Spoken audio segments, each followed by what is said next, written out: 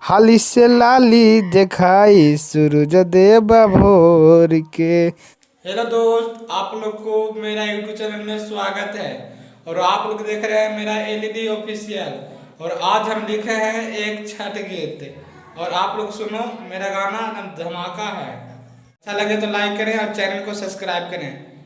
खरे बर पनिया में नया नोहर कनिया दोनों हथवा जोड़ के।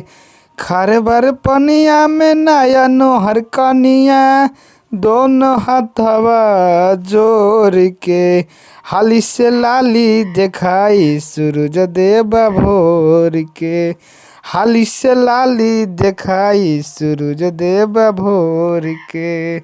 ठर ठर कापे दहिया बड़ा जोर हहराता। ठर ठर पिराइल नाही गोर ठहराता। ठर ठर कापे दहिया बड़ा जोर हहराता। ठर ठर पिराइल नाही गोर ठहराता।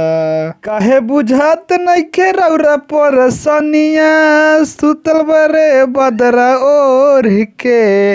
हाली से लाली दिखाई सूरज देव भोर के। हाली से लाली दिखाई सूरज देव भोर के। व्रत सभे करताया गोराबा हो। रौशन संतोष करता निहोराबा हो। व्रत सभे करताया गोराबा हो। रौशन संतोष करता निहोराबा हो। हवा में सब ही गंगा जल लेके टकल पूर्वा ओर के। हाली से लाली दिखाई सूरज देव भोर के।